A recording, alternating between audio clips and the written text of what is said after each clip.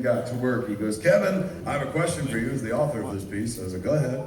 And he goes, okay, it says in the script that my character is always giving Greenie a lot of shit. Greenie was a character played by Stephen Root, who, by the way, does all like the voices of the cockmandos in this movie. He's the guy who's like, what do you say? That's Stephen Root.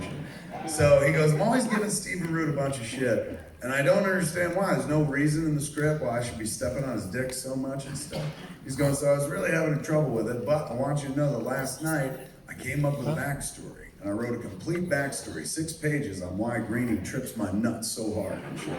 He's going, I want you to know that I memorized this backstory and I've since thrown it out, and I'm never gonna refer to it. I'll never use a single word from it, but just know that in the scenes in which I give Greenie that shit, that's the backstory I'm drawn from. That's where my rage will come from. And I turned to Ben and I was like, why can't you be this fucking good, man? He was just so fucking wonderful and committed to it all, man. The last thing we were supposed to do together was Zach and Miri make a porno.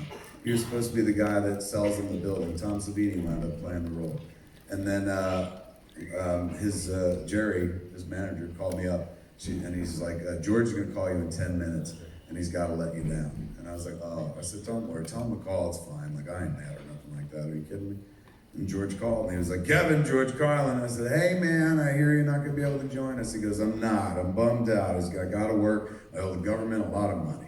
He's going, but I'm going to tell you right now, if I know you, you got another piece of shit coming, so I'll be in that. He said, all right, man, thanks. And then he never got to be in the next piece of shit because he fucking passed away after that time. It was kind of bummer and shit like that. It's amazing. I still have a phone message that he left me like a long time ago on the answering machine. Well, when he was going to rehab, a couple of years before he passed away.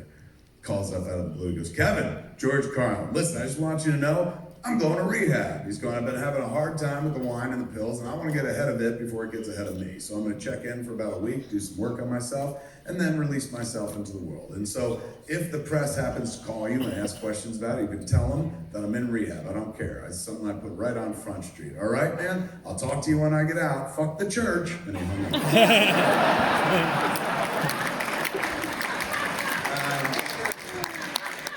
He was absolutely wonderful, man. Like, you know, he didn't feel the need to always make you laugh. He wasn't always on and shit, like clowning or anything like that. You can just have a straight up conversation with him.